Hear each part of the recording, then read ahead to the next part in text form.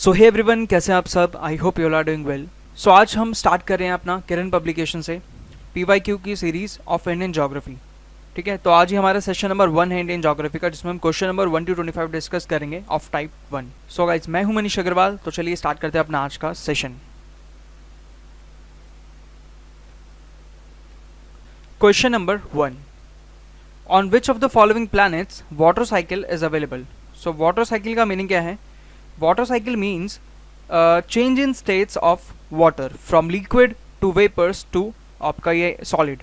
ठीक है, तो पहले सबसे पहले लिक्विड स्टेट में है वाटर, फिर उसके बाद वो चेंज होगा किसमें? गैसियस स्टेट में ड्यू टू वेपराइजेशन, एंड उसके बाद वो चेंज होगा किसमें? सॉलिड स्टेट में, जो कि जैसे आइस बोल सकते हैं, राइट। तो जहाँ पे भी वाटर साइकिल प्रेजेंट है, इसका मतलब वहाँ पे लाइफ भी एग्जिस्ट करती है उस वाले प्लानट पे। तो अभी कौन सा प्लानट है जिस पर लाइफ एग्जिस्ट करती है? तो हम लोग रहते हैं किस पे? अर्थ पे, क्योंकि अर्थ पे ही क्या करती है? लाइफ एग्जिस्ट करती है, राइट।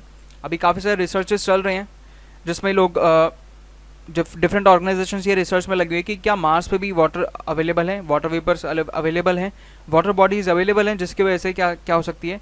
लाइफ साइकिल, यानी कि जो लाइफ है वो एग्जिस्ट करना, मतलब थोड़ी सी पॉसिबिलिटी हो सकती है। तो अभी जो रिसर्च चल रही है वो इसी चीज़ पर चल रही है कि क्या वहाँ पे वाटर की प्रेजेंस है मार्स पे। ठीक है, तो ये हो गया अपना क्वेश्चन नंबर 1। ठीक है, तो आंसर है option number 2, that is earth. Next question number 2, the asteroids revolve around the sun in between. ठीक है, जैसे कि आपको पता है एस्ट्रॉइड्स क्या है, ये भी एक इंपॉर्टेंट कॉम्पोनेंट है किसका? हमारा सोलर सिस्टम का। और ये क्या है? एस्ट्रॉइड्स रिवॉल्व करते हैं अराउंड सन। ठीक है, इन बिटवीन, यानी कौन से दो प्लैनेट्स के बीच में एस्ट्रॉइड्स रिवॉल्व करते हैं? कौन से दो प्लैनेट्स के बीच में एस्ट्रॉइड बेल्ट एग्जिस्ट करती है? तो जैसे कि आप इस इमेज में देख रहे हैं, ये वाली जो आपकी है ये आपका है एस्ट्रॉइड बेल्ट। ठीक है, ये आपकी एस्ट्रॉइड बेल्ट है। और ये कौन से दो प्लैनेट्स के बीच में? ये आपका आ गया मार्स, और ये आ गया आपका जुपिटर। तो जुपिटर और मार्स के बीच में आपकी ये एस्ट्रॉइड बेल्ट है। और इस साइड ये एक्चुअली डिवाइड भी करती है आउटर और इनर प्लैनेट्स को। ठीक है, जो एस्ट्रॉइड बेल्ट के अंदर प्लैनेट्स आते हैं उसको हम इनर प्लैनेट्स बोलते हैं या टेरेस्ट्रियल प्लैनेट्स बोलते हैं। और ये जो आउटर, इसको हम बोलते हैं, राइट हैंड साइड वाले को हम बोलते हैं आउटर प्लैनेट्स, या फिर ये जो वाले जो सारे प्लैनेट्स हैं ये बेसिकली गैशियस प्लैनेट्स हैं, आपके गैस से बने हुए हैं। और जो आपके इनर प्लैनेट्स हैं वो बने हुए हैं सॉलिड रॉक्स वगैरह से। ठीक है, सॉलिड रॉक्स से इनका फॉर्मेशन है। क्लियर हुआ? तो इसका आंसर क्या हो जाएगा? Between Mars and Jupiter. ठीक है, option number 2 is correct, between Mars and Jupiter. Next question, question number 3, which of the following is called the twin of the earth. ठीक है, तो ये आपका एक फैक्चुअल क्वेश्चन आ गया अगेन। इसको आपको अपने अगर नोट्स आप बना रहे हैं या फिर आपके नोट्स ऑलरेडी बने हुए हैं और उसमें अगर ये पॉइंट ऐड नहीं है तो आप इस पॉइंट को अप्रीहेंड कर सकते हैं अपने नोट्स में, right. So which of the following is called twin of the earth. तो ट्विन ऑफ द अर्थ हम कहते हैं वीनस को। और ये किस बेसिस पे कहते हैं?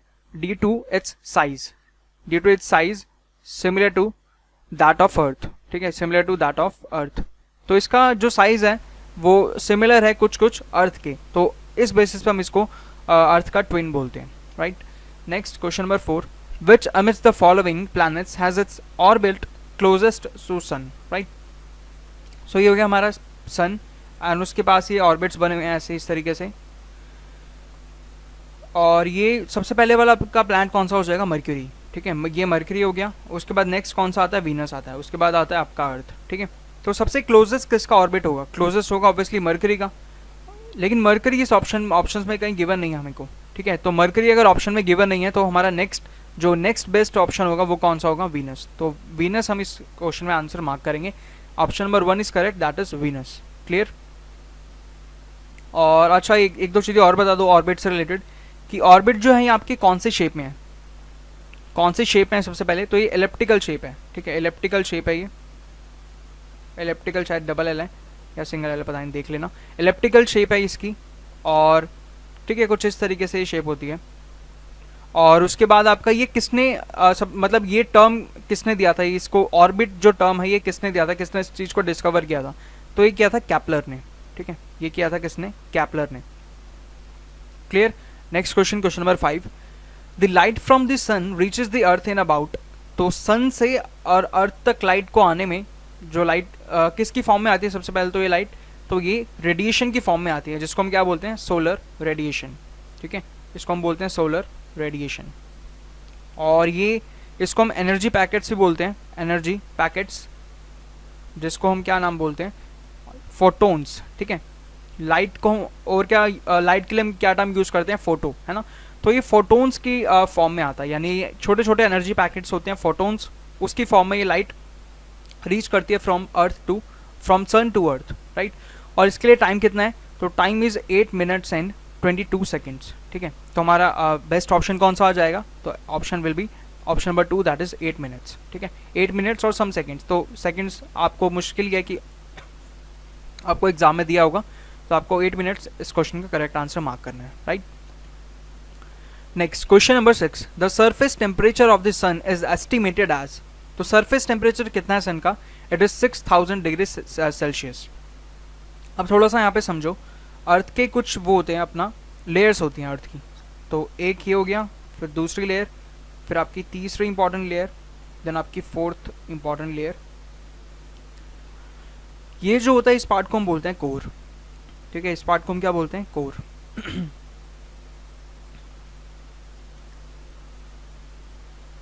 ठीक है, इस पार्ट को हम बोलते हैं कोर। उसके बाद ये वाला जो एरिया है इसको हम बोलते हैं, ये होता है radio active zone, radio active zone, ठीक है। नेक्स्ट आपका जो आता है इंपॉर्टेंट वाला, ये होता है फोटोस्फेयर, ये सबसे ज़्यादा इंपॉर्टेंट है, फोटोस्फेयर, ठीक है। आप लोग लिख सकते हैं इसको, फोटोस्फेयर। देन आपका आता है क्रोमोस्फेयर, क्रोमोस्फेयर। और लास्ट जो आपका बनता है, लास्ट आपका आता है ये वाला, ये होता है आपका कोरोना, ठीक है। इस लेयर को हम बोलते हैं कोरोना, एंड ये वाला आपका होता है क्रोमोस्फेयर, और ये वाली लेयर होती है फोटोस्फेयर। तो जो हमें अर्थ से जो हम सन को देखते हैं, तो जहाँ तक जोन से लेयर तक हमें दिखता है वो होती है फोटोस्फेयर, यानी हमें सिर्फ इस लेयर तक अर्थ का जो इमेज आप कह सकते हो, इमेज कह सकते हो, जो हमें अर्थ सन जो एक्चुअल में हमें दिखता है फ्रॉम अर्थ, वो हमें सिर्फ फोटोस्फेयर तक दिखता है। यानी कि ये दो जो लेयर हैं, क्रोमोस्फेयर और कोरोना, ये दो लेयर्स हमें दिखती नहीं है, ये इनविजिबल लेयर्स कहते हैं इनको, ठीक है। तो फोटोस्फेयर जो है वो हमें दिखता है, और जो फोटोस्फेयर का जो टेम्परेचर होता है ना, वही 6000 डिग्री सेल्सियस होता है। यानी जब सरफेस टेम्परेचर की बात हो रही है तो हम बात करेंगे किसकी, फोटोस्फेयर की, क्योंकि यही सरफेस टेम्परेचर है। जो सरफेस हमें यहाँ से अर्थ से हमें जो सरफेस दिख रहा है सन का, दैट इज फोटोस्फेयर। तो फोटोस्फेयर की हम बात करेंगे, फोटोस्फेयर का यानी कि टेम्परेचर पूछा जा रहा है क्वेश्चन में, ठीक है।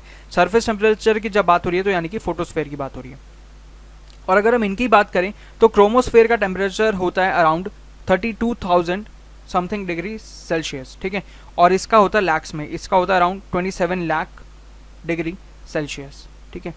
सबसे ज़्यादा टेम्परेचर होता है किसका, कोरोना का, उसके बाद आता है आपका क्रोमोस्फेयर का, और सबसे फिर थोड़ा सा कम जाता है 6000 डिग्री सेल्सियस किसका, इसका। और कोर में जो आपका होता है सबसे ज़्यादा, ये यहाँ पे हीलियम और हाइड्रोजन प्रेजेंट होता है, ठीक है। कोर में आपका क्या प्रेजेंट होता है, हीलियम और हाइड्रोजन के एलिमेंट्स, ठीक है। क्लियर हो गया इतना पार्ट। तो सरफेस टेम्परेचर कितना होता है, 6000 डिग्री सेल्सियस, क्लियर है। चलिए आगे। So question number 7, which one of the following planets has no moon. तो मून से यहाँ पे जो डिपिक्ट कर रहा है, मून से ही सिंबलाइज कर रहा है सैटेलाइट को, ठीक है। मून से यहाँ पे कहने का मतलब है सैटेलाइट, और वो किसके सैटेलाइट है, अर्थ की सैटेलाइट है। तो अब देखो कौन से प्लैनेट्स के पास मून नहीं है, तो इसमें हम क्या करेंगे, इसमें हम सारे प्लैनेट्स के जो जितने सैटेलाइट्स हैं उनको डिस्कस करेंगे एक बार, ठीक है। तो इसको पार्ट को भी रहने देते हैं। सबसे पहले आप आ जाओ मरकरी पे, ठीक है। सबसे पहले मरकरी के पास कितने सैटेलाइट्स हैं, 0, ठीक है। मरकरी के पास 0 सैटेलाइट्स हैं। मरकरी के बाद आता है वीनस, वीनस के पास कितने सैटेलाइट्स हैं, 0। मरकरी, वीनस, अर्थ, अर्थ के पास कितने सैटेलाइट हैं, 1, ठीक है। अर्थ के पास एक सैटेलाइट है जिसे हम क्या कहते हैं, मून, क्लियर। उसके बाद आता है आपका मार्स, मार्स के पास कितने सैटेलाइट हैं, तो मार्स के पास 2 सैटेलाइट हैं जिनका नाम क्या है, Phobos and Deimos, Phobos and ये पी है, ठीक है, Phobos and Deimos, DEIMOS, Phobos and Deimos, ठीक है। ये 2 सैटेलाइट्स हैं किसकी, मार्स की। उसके बाद आ जाते हैं हम यहाँ पे, मार्स के बाद आया अपना जुपिटर। जुपिटर के पास हैं कितने सैटेलाइट, तो सबसे ज़्यादा याद रखना हाईएस्ट नंबर ऑफ सैटेलाइट्स किसके पास हैं, तो वो है जुपिटर के पास, और इसके पास हैं कितनी, 67 सैटेलाइट्स। और जो इसकी सबसे लार्जेस्ट सैटेलाइट है उसका नाम क्या है, गैनीमीड, ठीक है, गैनीमीड। आपको ये सब चीज़ें याद रखनी है, पॉइंट्स इंपॉर्टेंट है, फैक्चुअल पॉइंट्स हैं, ये सब आपको याद रखने हैं। अगर पूछ लिया जाए कि जुपिटर की सबसे बिगेस्ट सैटेलाइट कौन सी है, या सबसे इंपॉर्टेंट सैटेलाइट कौन सी है, तो आपको याद रखना है Ganymede. Total number of satellites कितनी है जुपिटर के पास, 67 है। उसके बाद आते हैं हम, जुपिटर के बाद आ गया सैटर्न। सैटर्न के पास हैं वो second largest number of satellites हैं, ठीक है, यानी इसके पास 67 है, और तो इसके पास कितनी हो जाएंगे, इसके पास हो जाएंगे 62, ठीक है। और इसकी जो इंपॉर्टेंट सैटेलाइट है उसका नाम क्या है, टाइटन, ठीक है। इसकी जो नेक्स्ट इंपॉर्टेंट सैटेलाइट है सैटर्न की, उसका नाम है टाइटन। सैटर्न के बाद आता है अपना यूरेनियस, ठीक है, SUN, है ना। तो यूरेनियस आता है, आप यूरेनस, यूरेनस के पास कितने सैटेलाइट्स हैं, तो याद रखना कि यूरेनस के पास 27 सैटेलाइट्स हैं, ठीक है, और इसकी एज सच इंपॉर्टेंट वाला कुछ नाम नहीं है, क्लियर। उसके बाद आता है लास्ट अपना नेपच्यून। नेपच्यून के बाद हैं अपने पास 13 सैटेलाइट्स, और इसकी जो एक इंपॉर्टेंट सैटेलाइट है उसका नाम क्या है, ट्राइटन, ठीक है। कंफ्यूज नहीं होना सैटर्न की और नेपच्यून की में। सैटर्न के पास कितनी सैटेलाइट्स हैं, टोटल नंबर ऑफ सैटेलाइट्स हैं 62, जिसमें से कि एक इंपॉर्टेंट सैटेलाइट इनकी कौन सी है, टाइटन, क्लियर। एंड उसके बाद आपका जो नेपच्यून है उसमें टोटल सैटेलाइट्स हैं 13, एंड इसकी इंपॉर्टेंट सैटेलाइट का नाम क्या है, ट्राइटन, TRITUN, ट्राइटन। क्लियर हुआ इतना पार्ट, तो आप इन सबको एक जगह लिख सकते हैं, कभी भी यहाँ से क्वेश्चन पूछा जा सकता है, ये एक इंपॉर्टेंट पार्ट है। अब देखो क्वेश्चन में क्या पूछा गया था, हैज़ नो मून, तो नो मून किसके पास नहीं है, मरकरी के पास नहीं और वीनस के पास नहीं है, तो आंसर क्या हो जाएगा, मरकरी है आंसर में, यस मरकरी है। तो अगर वीनस होता तो वीनस आंसर आया था, लेकिन वीनस नहीं है आंसर, तो इसलिए मरकरी अपना आंसर हो गया, ठीक है, क्लियर हुआ। Next question, question number 8, which of the following is called a red planet. तो ये भी इस क्वेश्चन को, ये फैक्चुअल क्वेश्चन है, याद रखना है। रेड प्लैनेट किसको बोला जाता है, रेड प्लैनेट बोला जाता है मार्स को। क्यों बोला जाता है, क्योंकि due to the presence of iron, इसको भी लिख लेना, आयरन ऑक्साइड। मार्स में काफ़ी ज़्यादा लेवल में काफ़ी ज़्यादा जो कॉम्पोजिशन है मार्स की वो किससे है, वो बना हुआ है मार्स आयरन ऑक्साइड से, तो इसलिए वो जो प्लैनेट दिखता है जो यूनिवर्स में वो दिखता है रेड कलर का, ठीक है। तो रेड प्लैनेट किसको बोला जाता है, रेड प्लैनेट बोला जाता है मार्स को, due to the presence of iron oxides, ठीक है। और वीनस को बोला जाता है सबसे ब्राइटेस्ट प्लैनेट है, ठीक है। वीनस को क्या बोला जाता है कि वीनस क्या है, ब्राइटेस्ट प्लैनेट है। और इसको इसलिए ये क्यों एपिथेट ये क्यों दिया हुआ है, वीनस को इसलिए बोला जाता है क्योंकि वीनस में सबसे ज़्यादा क्या है, CO2 है। CO2 इसमें इसका जो कॉम्पोजिशन है उसमें CO2 96% है, ठीक है। CO2 का प्रेजेंस कितना, 96% है। तो जैसे कि आपको पता है कि CO2 क्या है, एक काफ़ी वार्म गैस है, ठीक है। तो इसकी वजह से इसको ये प्लैनेट काफ़ी वार्म है, और वार्म होने की वजह से क्या दिखता है, काफ़ी ज़्यादा ब्राइट दिखता है, ठीक है। कहा जाता है कि वीनस को हम लाइक अर्थ से हम अगर वीनस को देखना चाहें तो हम अपनी नेकेड आई से भी इसको देख सकते हैं। ये प्लैनेट इतना ज़्यादा ब्राइट है, ठीक है, जितना ब्राइटनेस स्टार्स में होती है उससे भी कई ज़्यादा इसकी ब्राइटनेस है, तो इसलिए हम इसको अपनी अनएडेड आइज से भी इसको हम देख सकते हैं, clear. Next question, question number 9, brightest planet in our solar system. Again वही क्वेश्चन आ गया, ब्राइटेस्ट प्लैनेट कौन सा है सोलर सिस्टम में, तो दैट इज वीनस। क्यों है, क्योंकि इसमें 96% क्या है, CO2, 96% इसमें CO2 है, और इसको हम इवनिंग एंड मॉर्निंग स्टार भी बोलते हैं, इवनिंग एंड मॉर्निंग स्टार। क्यों बोलते हैं, क्योंकि इतना ज़्यादा ब्राइटेस्ट है कि जब भी सनसेट होता है तो सनसेट होने के बाद जो सबसे पहला हमें स्टार दिखता है ना, वो वीनस ही दिखता है, ठीक है। हम जैसा कि आपको पता है कि प्लैनेट्स को हम स्टार से बोल सकते हैं, ठीक है, क्योंकि प्रॉपर्टीज दोनों में क्या होती हैं, सेम होती हैं। तो अब देखो जो सबसे पहले हमें जो स्टार दिखता है ना सनसेट होने के बाद, वो कौन सा दिखता है, वीनस से दिखता है।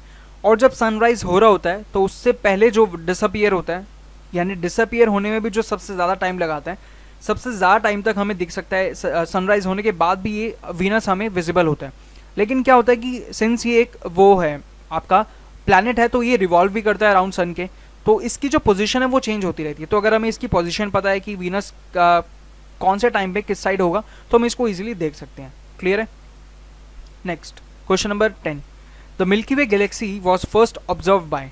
तो मिल्की वे गैलेक्सी यानी कि जो अपनी गैलेक्सी है वो कौन सी है, मिल्की वे गैलेक्सी है। जैसे कि यूनिवर्स के अंदर क्या है, numerous, there are numerous galaxies, and in galaxies में क्या है, जैसे कि एक गैलेक्सी हो गई मिल्की वे गैलेक्सी। अब मिल्की वे गैलेक्सी के अंदर भी काफ़ी सारे सोलर सिस्टम्स हैं, ठीक है, और ऐसी गैलेक्सीज जो हैं वो बहुत सारी हैं यूनिवर्स में। तो इस तरीके से हम देख सकते हैं कि जो हमारी गैलेक्सी है जिसमें अर्थ है, यानी जिसमें अपना वाला सोलर सिस्टम है, वो कौन सी है, मिल्की वे गैलेक्सी है। और एक क्वेश्चन और पूछा जाता है कि मिल्की वे गैलेक्सी के नियरेस्ट गैलेक्सी कौन सी है, ठीक है। तो nearest galaxy to Milky Way is Andromeda, ठीक है, इसको भी आप लोगों को लिख सकते हैं। एंड्रोमीडा जो है वो मिल्की वे गैलेक्सी की सबसे नियरेस्ट गैलेक्सी है, मतलब मिल्की वे गैलेक्सी के बाद जो नियरेस्ट गैलेक्सी आती है वो कौन सी है, एंड्रोमीडा, ठीक है। इस पॉइंट को लिख सकते हैं। तो फर्स्ट ऑब्जर्व किसने किया था, ये गैलीलियो ने किया था 1610 में। इसने अपने टेलीस्कोप से किया था, स्पेशल टेलीस्कोप से इसने अपने गैलीलियो ने ऑब्जर्व किया था किसको, मिल्की वे गैलेक्सी को, यानी कि इसने मिल्की वे गैलेक्सी को देखा था सबसे पहली बार किसने, गैलीलियो ने अपने टेलीस्कोप से 1610 में। क्लियर हुए इतने parts. Next question number 11, which of the following statements is correct. तो ये सारी स्टेटमेंट्स आपको प्लूटो के बारे में दे रखी है। सो एज वी नो कि Pluto is no more a planet now. Pluto को ये 2006 में इसको जो इसका प्लानिटरी स्टेटस था वहाँ से इसको रिमूव कर दिया गया, और अब ये इसका स्टेटस क्या है, Pluto is a dwarf planet now. ठीक है, सो ये 24 अगस्त को, आपका 24 अगस्त 2006 में इस इंडियन एस्ट्रोनॉमिकल यूनियन की एक मीटिंग हुई थी, जिसमें क्या हुआ था कि ये प्लैनेट जो प्लूटो था, प्लूटो क्या कर रहा था, जैसे कुछ पैरामीटर्स होते हैं किसी को भी, जैसे कोई भी प्लैनेट है उसको अगर हम उसको हमें प्लैनेट का जब स्टेटस देना है तो देर आर सम पैरामीटर्स, वो सब चेक किए जाते हैं। सो प्लूटो के केस में जो पैरामीटर ये वॉलेट कर रहा था वो कौन सा था, ये अपने जो नियरेस्ट, जैसे प्लूटो ही हो गया, तो ये नेपच्यून और यूरेनस जो था इसका, उसके ऑर्बिट्स को ही ओवरलैप कर रहा था। ठीक है, मतलब कभी उनके ऑर्बिट में घुस जा रहा था ये, कभी अपने ऑर्बिट में चला जा रहा था, तो इस तरीके से ये काम कर रहा था। तो इसलिए इसको क्या कर दिया गया था, इसको प्लैनेट्स की लिस्ट से रिमूव कर दिया गया था, और अब ये एक ड्वार्फ प्लैनेट है। ठीक है, मतलब ये एक सेलेस्टियल बॉडी तो है, लेकिन ये प्लैनेटरी सिस्टम में ये नहीं आता। ठीक है, हमारे सोलर सिस्टम का भी ये पार्ट नहीं है। क्लियर है, तो ये जितने पॉइंट्स हैं ये सारे पॉइंट्स करेक्ट हैं। Pluto is not a planet now, और ये डिस्कवर किसने किया था, ये क्लाइड टॉम्बिग ने इसको डिस्कवर किया था 1930 में, और Pluto has been given a number, तो प्लूटो को एक नंबर भी गिवन है 134340। ठीक है, 134340, ये नंबर भी आप मतलब लर्न ऐसा कुछ करना नहीं है इसमें। ठीक है, बस पता होना चाहिए कि हाँ प्लूटो के पास एक नंबर, प्लूटो को एक नंबर गिवन है। ठीक है, ताकि हम उसको इजीली आइडेंटिफाई कर सकें, बस नंबर देने का यही एक रीज़न होता है। ठीक है, चलिए आगे। Question number 12, which is the hottest planet in the solar system. तो सबसे ज़्यादा हॉट प्लैनेट कौन सा है सोलर सिस्टम में, तो वो है अपना वीनस।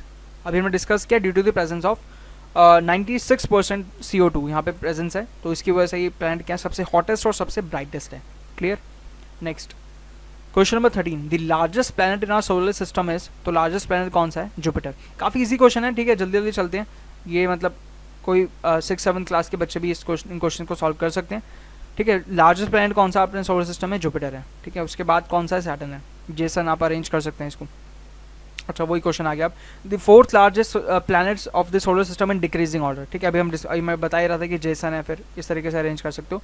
तो डिक्रीजिंग ऑर्डर में अरेंज करना है तो आपको याद रखना है जेसन। ठीक है, क्योंकि हमें ये लास्ट 4 दे रखे हैं, तो लार्जेस्ट, जैसे सबसे लार्जेस्ट कौन सा है, तो जुपिटर है। जुपिटर के बाद कौन आता है, सैटर्न आता है। सैटर्न के बाद यूरेनस, यूरेनस के बाद नेपच्यून, उसके बाद जो है वो सारे इस मतलब अर्थ की साइड से शुरू हो जाएंगे। ठीक है, इस तरीके से।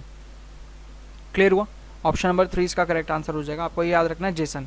ठीक है, जुपिटर, सैटर्न, यूरेनस और नेपच्यून। क्लियर है। Next question 15, the number of satellites of the planet is mercury is. ठीक है, प्लैनेट मरकरी के पास कितने सैटेलाइट्स हैं, तो वो हैं 0। ठीक है, मरकरी वीनस के पास कितने सैटेलाइट्स हैं, 0 सैटेलाइट्स हैं मरकरी और वीनस के पास। Next 16, which of the following does not belong to the solar system. तो सोलर सिस्टम के अंदर एस्ट्रॉइड्स होते हैं, बिल्कुल हमने देखा कि एस्ट्रॉइड बेल्ट है किस किस के बीच में, इधर मार्स है और इधर क्या है, जुपिटर है। तो जुपिटर और मार्स के बीच में एक अपनी एस्ट्रॉइड बेल्ट है। ठीक है, उसके बाद कॉमेट्स भी आपने काफ़ी ज़्यादा बार न्यूज़ में सुना होगा कि कॉमेट अर्थ की तरफ आ रहा है एक। ठीक है, तो कॉमेट्स भी होते हैं और प्लैनेट्स तो होते ही होते हैं। एक नेबुला जो पॉइंट है, नेबुला सोलर सिस्टम का पार्ट नहीं है।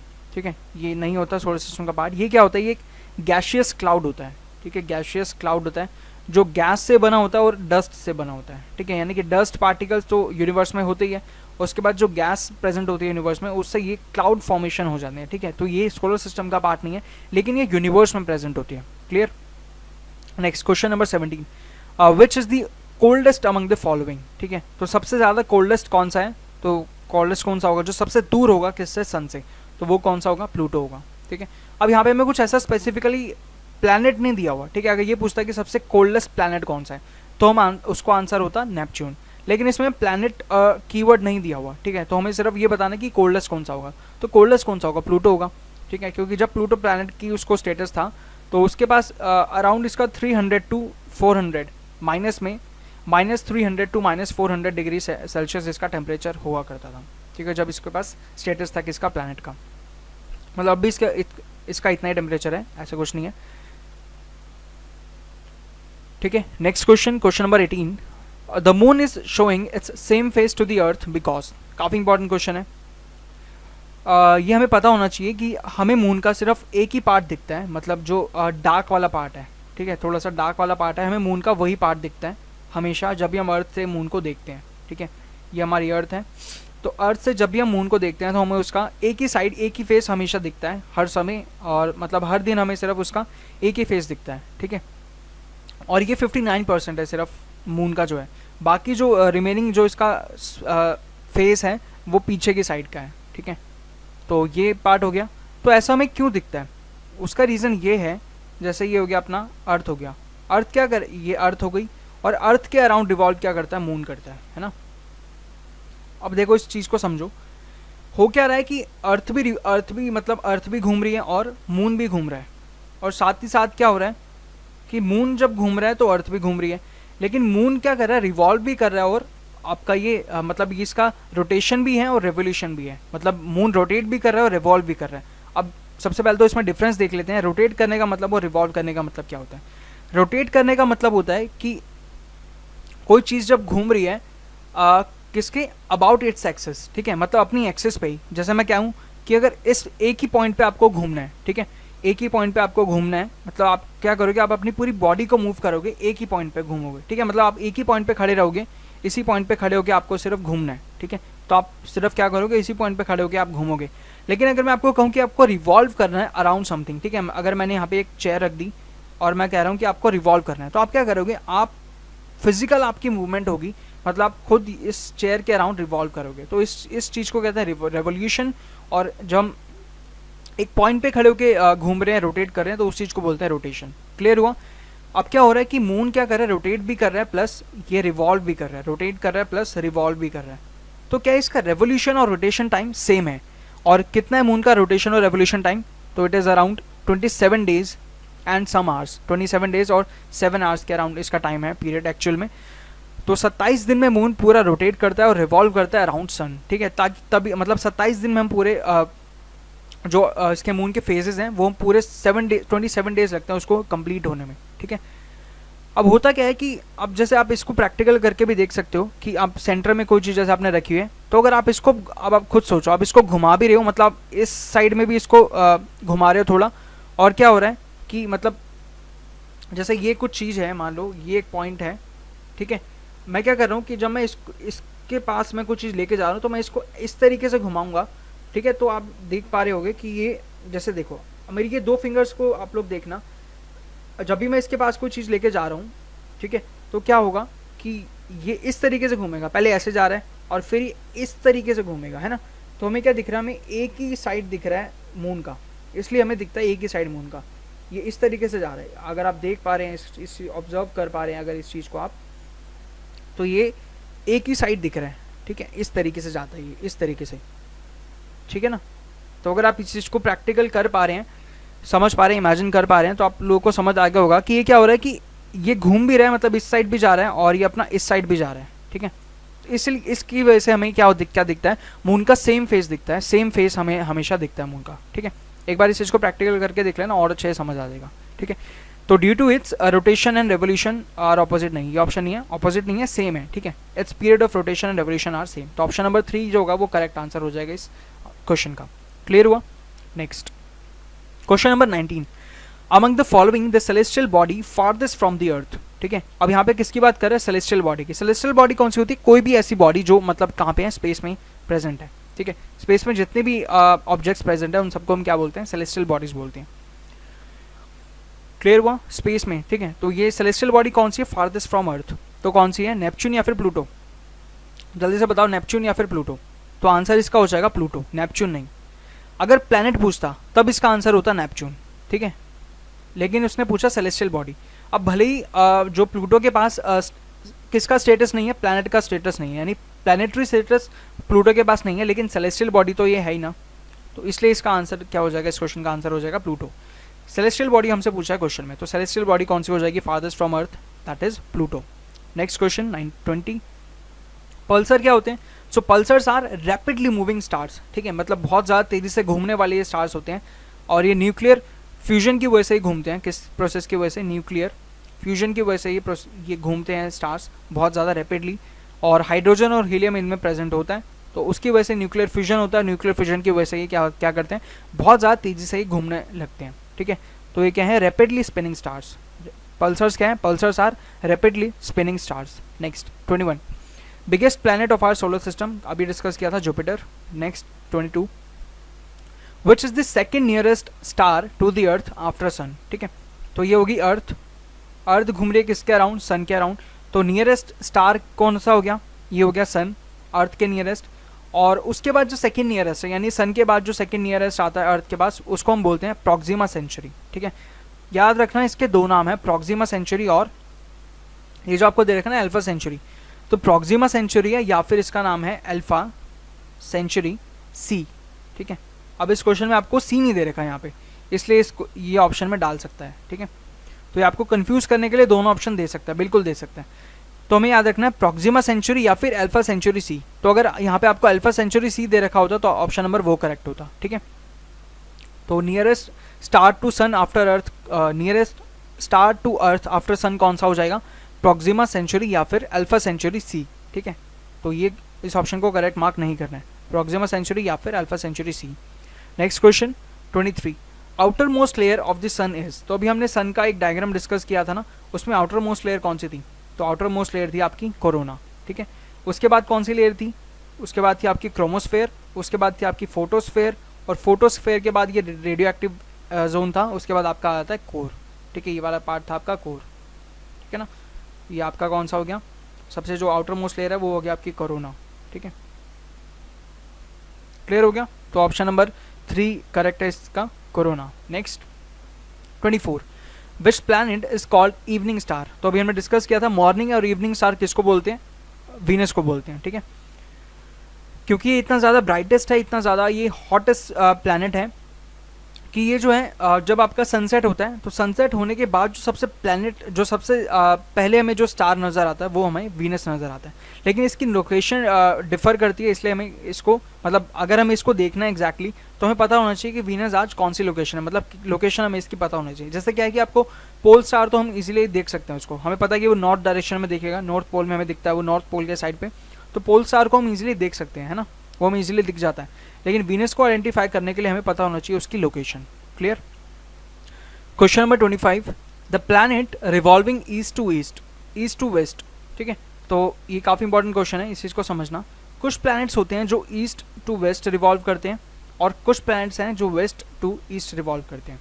ठीक है, अब इसको आइडेंटिफाई करने के लिए आपको क्या करना पड़ेगा, सपोज करो कि अभी मान लो, अभी तो हम वैसे इसको लर्न कर लेंगे, लेकिन मान लो अगर आपको एग्जाम में याद नहीं रहा तो कैसे करोगे, इसके लिए समझना पड़ेगा। देखो हमारी अर्थ रिवॉल्व कैसे करती है, सबसे पहले हम इसको समझते हैं, क्योंकि हम अगर अर्थ को समझ गए ना तो हम बाकी पॉइंट्स को आराम से डिकोड कर लेंगे। ठीक है, अब इसमें आप देखो हमें हमारा जो सनराइज़ होता है वो कहाँ से होता है और कहाँ पे जाता है, मतलब सनराइज़ और सनसेट कैसे होता है हमारा। तो हमारा सन जो राइज होता है, सनराइज़ हमारा कहाँ से होता है, ईस्ट से होता है ना, यानी कि ईस्ट टू वेस्ट हमारा सनराइज़ और सनसेट होता है ना। हमें सनराइज़ हमारे यहाँ पे क्या होता है, हमारे अर्थ में कैसे हमें सनराइज़ दिखता है, ईस्ट से दिखता है ना। तो देखो अगर ईस्ट में सनराइज हो रहा है इसका मतलब वो प्लैनेट रिवॉल्व करेगा वेस्ट टू ईस्ट। ठीक है, यानी कि जब वो planet west to east rotate करेगा तो हमें सनराइज कैसे दिखेगा, हमें सनराइज दिखेगा ईस्ट टू वेस्ट, यानी ऑपोजिट चलेगा ये। अगर सनराइज ईस्ट टू वेस्ट हो रहा है तो प्लैनेट रिवॉल्व करेगा वेस्ट टू ईस्ट, और अगर सनराइज वेस्ट टू ईस्ट हो रहा है तो प्लैनेट रिवॉल्व करेगा ईस्ट टू वेस्ट। ठीक है, क्लियर हो गया, आई होप इतना पार्ट क्लियर है। अब इसको देखो, ईस्ट टू वेस्ट रोटेट करने वाले सिर्फ दो प्लैनेट्स हैं, कौन से, यूरेनस और आपका ये वीनस और यूरेनस। ठीक है, वीनस एंड यूरेनस। ठीक है, सेम से नाम है इसके, सिमिलर से नेम है, वीनस और यूरेनस। तो इन दो नाम को याद रखना है, वीनस और यूरेनस, सिर्फ ये दो प्लैनेट्स रिवॉल्व करते हैं कैसे, ईस्ट टू वेस्ट, और बाकी जितने प्लैनेट्स हैं वो रिवॉल्व करते हैं कैसे, वेस्ट टू ईस्ट। ठीक है, जैसे अर्थ है, अर्थ कैसे रिवॉल्व करती है, वेस्ट टू ईस्ट करती है। ठीक है, उसके बाद आपके ये मरकरी हो गया, मार्स हो गया, जुपिटर हो गया, सैटर्न हो गया और आपका नेपच्यून हो गया। तो ये सारे प्लैनेट्स कैसे रिवॉल्व करते हैं, ये करते हैं वेस्ट टू ईस्ट। लेकिन जो आपका वीनस और यूरेनस है, वीनस और यूरेनस सिर्फ ऐसे दो प्लैनेट्स हैं जो रिवॉल्व करते हैं ईस्ट टू वेस्ट। ठीक है, तो इस क्वेश्चन में आपका जो करेक्ट आंसर होगा वो क्या होगा। अब इसमें आपको क्वेश्चन को अटेम्प्ट करने का भी समझ आएगा। मैंने इसमें जानबूझ के यहाँ से मैंने ऑप्शन को एलिमिनेट नहीं किया किसी एक को, दोनों ही ऑप्शन दे रखे हैं आपको। अब इस केस में देखो 3-4 तरीके से क्वेश्चन सॉल्व हो सकता है, मतलब इसका जो करेक्ट आंसर होगा। देखो आपको भले ही आपको करेक्ट आंसर पता है कि आपको इसको पता है कि आपका करेक्ट आंसर कौन सा, वीनस और यूरेनस दोनों इसके करेक्ट आंसर हैं। अगर मान लो आपके एक्चुअल पेपर में क्वेश्चन एक्जैक्टली इस तरीके से आ जाए, ऑप्शन भी इसी तरीके से अरेंज हो, तो आपका आंसर क्या होगा, आप आंसर मार्क करोगे वीनस। याद रखना जो भी सबसे फर्स्ट मतलब ऊपर से हम देखेंगे यानी 1 2 3 इस फॉर्म में हम देखेंगे, इस ऑर्डर में हम देखेंगे हमेशा जब भी हमें आंसर्स टिक करने होते हैं। अगर फर्स्ट नंबर पे यूरेनस दे रखा होता तो हम यूरेनस को टिक करते हैं, यानी कि हमें अगर हम मान लो हम इस ऑप्शन को गलत टिक कर रहे हैं ना, हम यूरेनस को अगर करेक्ट टिक कर रहे हैं तो एग्जामिनर बोलेगा कि यार वीनस भी तो करेक्ट है, तो तुमने वीनस को तुमने करेक्ट क्यों नहीं किया, है ना। तो इसलिए हमें क्या करना है, जो भी बेस्ट पॉसिबल आंसर होता है ना हमें वो देना होता है। तो अभी हमारा क्या है, फर्स्ट आंसर करेक्ट है ना, तो बस हम फर्स्ट आंसर को टिक करके आगे बढ़ेंगे। अगर दोनों दे रखा होता, वीनस एंड यूरेनस करके दे रखा होता, तब तो मतलब इजीली हो ही जाता, तब तो ये क्लियर होना ही था। लेकिन मान लो अगर वीनस आपको दे रखा होता फोर्थ ऑप्शन पे, यहाँ पे अगर आपको वीनस दे रखा है तब आपका करेक्ट आंसर क्या होता, तो आपका करेक्ट आंसर होता ऑप्शन नंबर 2 यूरेनस। ठीक है, मतलब ऊपर इस ऑर्डर में जो भी करेक्ट आंसर आपको सबसे पहले मिल जाए आपको उसको टिक करना है। बस ये आपकी एक फंडामेंटल अप्रोच है एग्जाम में क्वेश्चंस को अटेम्प्ट करने की और आपको करेक्ट आंसर मार्क करने की, ये एक फंडामेंटल अप्रोच है। ठीक है, क्लियर है। आई होप आपको सेशन क्लियर होगा और आज का हमने ये 25 क्वेश्चंस डिस्कस कर लिया हमने। तो अगर आपको इस सेशन अच्छा लगा, आपको थोड़ा बहुत भी कुछ सीखने को मिला हो, कुछ अपने नोट्स में आपने कुछ ऐड किया हो, तो आप इस सेशन को लाइक कर सकते हैं, शेयर भी कर सकते हैं अपने फ्रेंड्स के साथ, और चैनल को तो ज़रूर सब्सक्राइब कर लेना, क्योंकि इस तरीके से आपको हेल्पफुल और जीएस से रिलेटेड आपको काफ़ी कंटेंट मिलता रहेगा इस चैनल पे अब रेगुलर बेसिस पे, स्पेशली क्योंकि अभी मैं कुछ टाइम से रेगुलर नहीं था, क्योंकि थोड़ा सा मेरे भी कुछ पर्सनल था। ठीक है, अभी वेबसाइट पे काफ़ी ज़्यादा काम चल रहा था तो मैं वहाँ पे बिजी था। ठीक है, अभी मैं वहाँ पे थोड़ा सा वहाँ पे मैं फ्री हुआ हूँ वहाँ से, तो मेरा ये मैंने किया है कि हाँ मैं डेली एटलीस्ट 1 से 2 सेशन में डेली लेके आऊँगा। ठीक है, 25 क्वेश्चंस रखेंगे ताकि सेशन भी ज़्यादा बड़ा ना हो जाए, तो 25 क्वेश्चंस रखेंगे हर सेशन में, और एटलीस्ट 2 सेशन में लेके आऊँगा, एक आपका ज्योग्राफी का और दूसरा एक मॉडर्न हिस्ट्री हम स्टार्ट करने वाले हैं, और कुछ सेशन वीक में पॉलिटी के भी आएंगे। ठीक है, तो एटलीस्ट 2 सेशन आपके आएंगे, एक मॉर्निंग में आएगा और एक इवनिंग में आएगा। तो मैं आपको ये रिक्वेस्ट करूँगा कि आप दोनों ही सेशंस को देखें। ठीक है, और ज़्यादा से ज़्यादा सेशन को देखें और लाइक करें, शेयर करें, सब्सक्राइब भी करें। अगर आपको सेशंस अच्छे लग रहे हैं तो कमेंट भी करें, और कुछ अगर डाउट है, कुछ फीडबैक, कुछ सजेशन है तो उसको भी आप कमेंट सेक्शन में लिख सकते हैं, मैं ज़रूर आपका रिप्लाई करूँगा। और आप लोग हमारी वेबसाइट को भी चेक कर सकते हैं edumo.in, यहाँ पे जाके आप हमारी वेबसाइट को विजिट कर सकते हैं, और काफ़ी ज़्यादा हेल्पफुल यहाँ पे कंटेंट आपको मिलेगा। एसएससी का जितना भी स्टडी मटेरियल है फ्रीली अवेलेबल है यहाँ पे हमारी वेबसाइट पे।